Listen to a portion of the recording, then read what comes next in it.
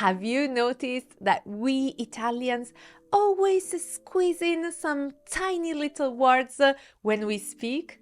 Are you curious about their meaning? Do you want to start using them too? Let's discover them together! Ciao, io sono Francesca e ti do il benvenuto al nostro canale. In this video we will see 5 words which Italians always use in conversation. I'll tell you a little about them so that at the end of this video you'll be able to use them too. Allora dai, cominciamo! Allora, iniziamo con Allora. Have you noticed what I have just said? Well, allora is definitely one of those very Italian words. People use it all the time, probably without even noticing it.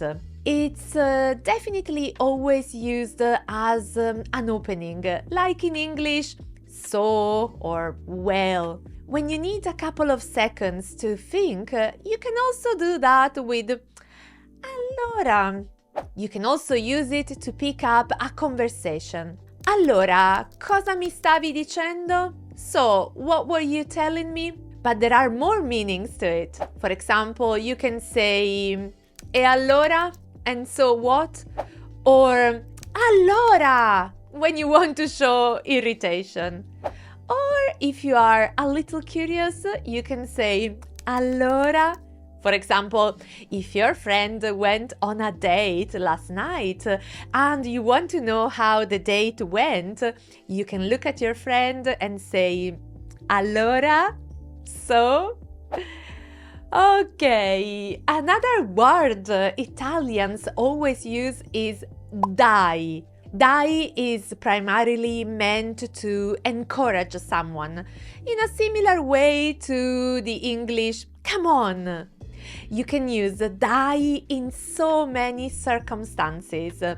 For example, to encourage someone who is running a marathon or studying for an exam, or someone who is almost finished with a very difficult task. Dai is always a nice and supportive expression. You can hear it in combination with forza. Dai, forza! To wish someone to have the strength to complete a task. Ad esempio, dai, forza, manca poco! Come on, not long to go.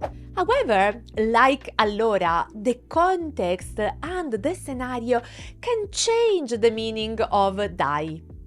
If you are surprised, you can say dai or ma dai. Really? If you don't believe what you're being told because it's something obviously silly, you can react by saying dai or ma dai. Oh, come on. But let's move to one of my favorite Italian expressions, boh. Have you ever heard of boh? It's not really a word as such, but it's a very expressive way to say non so, I don't know, I don't have idea. For example, piove fuori? Is it raining outside? Boh, I don't know. Usually boh is accompanied by a shrug of the shoulders and some facial expressions as well. Remember that boh is an informal and colloquial expression, so only use it when it's okay to do so. If you are at a job interview or you are sitting an exam, then it's probably not a good idea to use boh.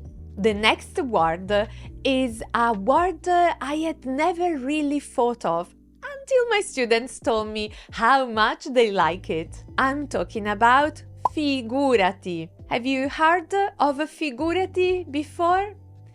Figurati is often used instead of prego when someone is thanking you and you want to stress the fact that it's your pleasure. For example, grazie mille per il consiglio. Thank you so much for the advice. Figurati or ma figurati. Not at all. Another meaning of figurati is don't worry or it's nothing. For example, if your friend forgot to return you a book you had previously lent them, and they are apologizing for that, but it's not really a big deal for you, you can say, ma figurati, don't worry, not at all. However, there is also some sort of opposite meaning that figurati can have, which is absolutely not, or of course not.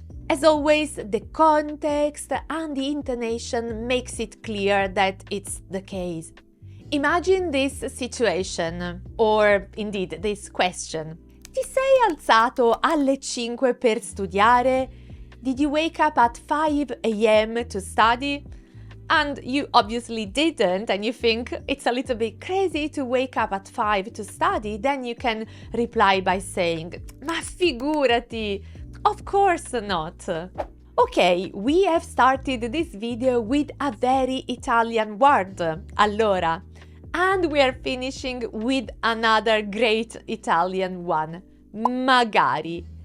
But what does magari mean? First of all, we can use magari with the meaning of maybe or perhaps. For example, magari stasera andiamo a cena fuori. Maybe we are eating out tonight. It also works on its own, of course. Someone can ask me, vai a cena fuori stasera? Are you going out for dinner tonight? And I can reply by just saying, magari, maybe, perhaps. The other meaning of magari is if only or I wish.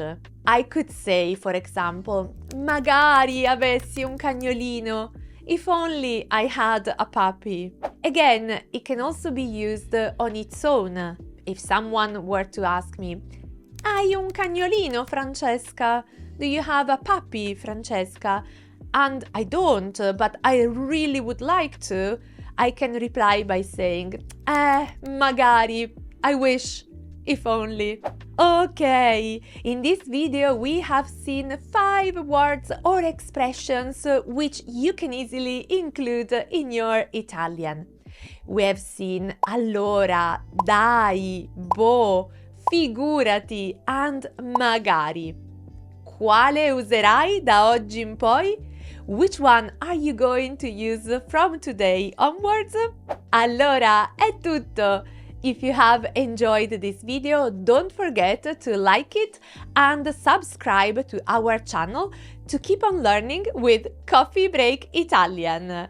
Ciao e happy coffee breaking!